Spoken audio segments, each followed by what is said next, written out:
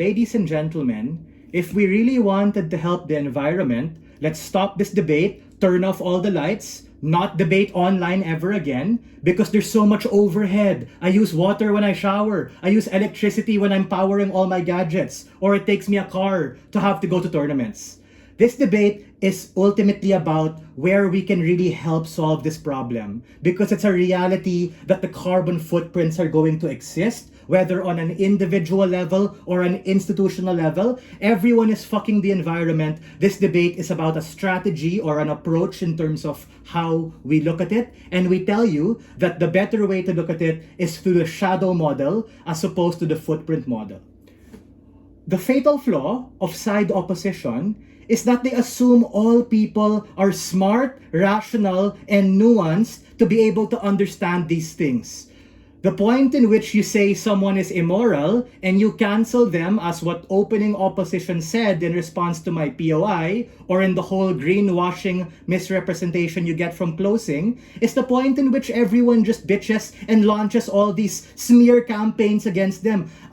J&J, Nike, Disney, they are bad. They have a big footprint. But they fail to fucking realize that they employ so many people. They spend so much on infrastructure in Africa and in Asia to literally be able to help people. It's on opposition side that you make these kinds of judgments on the sole basis of that singular standard, and we tell you the point in which you judge them that hard is the point in which they're gonna get pissed off and people are gonna foam in the mouth and get super angry, because last time I checked, people are susceptible to groupthink, people make all sorts of bad judgments, and people, especially on social media, are so keen to wreck people because they think it's fun. Simply, the heart of our extension is that we reject this singular metric no matter how accurate it is, and we look at the bigger picture. What Bolo told you, multiple metrics. How much do you invest in green tech? How much do you give back to the community? How much do you spend on dams and infrastructure in other countries? But nah, right? Closing opposition's gonna say, that's greenwashing, that's bad. My question then becomes, what alternative do you have for them to do? I rather them be greenwashing and doing this in a disingenuous way for the simple reason that that's their industry. Airlines have to exist. Oil and gas have to exist if we want to be able to travel and go to places. So, the point in which you ascribe a sense of morality and say F you to their CEOs, their board, and their investors on the sole basis of just the footprint is the point in which you ruin a good thing and ultimately harm their capacity to be able to make better change. There is one main issue in this debate. All other responses will be integrated. What are the harms of judging environmental morality on the basis of the footprint model as opposed to the shadow model? And the impact here is, how do we really get multinational corporations who are the biggest contributor to environmental harm, which we agree, more accountable, meaning where are we more strategic? This responds to A, opening government's missing comparative and middle analysis, because we agree with most of their premises and impacts, but they missed the middle part to be able to get there. And B, this responds to opening opposition's glib response to my POI earlier when they said that, we can just wreck these particular companies and their reputations in the name of cancel culture because it's legit. We think that the point in which you weaponize and ascribe a form of judgment is exactly what the bigots use, and exactly why people get so pissed off at the Catholic Church or anyone overly rigid at the sole basis that it's not a nuanced perspective. The impacts that you get here coming from Bolo are very clear. He tells you A,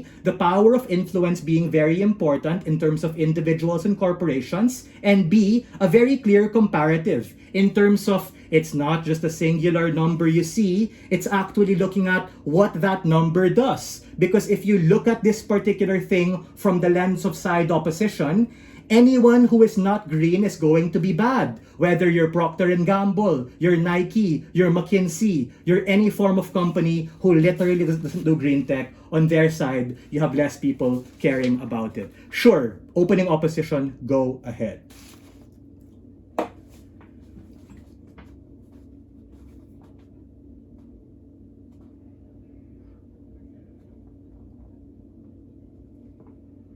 Brother, it's on your side that you make the the claim, like what your partner said, that, oh, Dole Philippines, the pineapple guys, and Gcash, they're not doing enough. But your partner said that they're doing something about it. But I get what you mean, right? You're saying, we gotta call a spade a spade. We gotta call them out. But the point in which you ascribe morality and you say what they're doing is wrong, at the point in which it's small, or the point in which it's disingenuous or greenwashing, as what closing opposition accuses us of, is the point in which they're probably gonna get pissed off and be like, fuck this, we're not gonna do it anymore. You guys do it since you're saying you can do it better and we're immoral. That's exactly what happens. You get a capital outflow. You get these companies who are less interested because they're already trying to do a good thing, as what you guys say, and the point in which you say it's bad is the point in which it no longer becomes effective. What else did we get from opening opposition? They talked about this rigid morality, and they talked about how it's important to have a direct measure and hold them accountable. Just because it's true empirically does not mean that you should cast this form of judgment. Because like I mentioned in my pre-oration, you have a lot of these companies who are actually doing some sort of impact, but ultimately you're going to say it's bad or it's morally culpable for them doing it. It's just not a strategic approach, and you piss off a lot of people. Let's deal with closing government very quickly. They said that Tesla still has a big carbon footprint, and that's exactly fine. We think that's exactly the narrative that the US government does in the spirit of regulatory capture to crap on these particular entrepreneurs. My question then becomes to closing opposition, what are we going to do about it? We won't anymore invest in these e-vehicles because it costs factories to be able to do it. It costs so many kinds of carbon footprints to be able to make it work.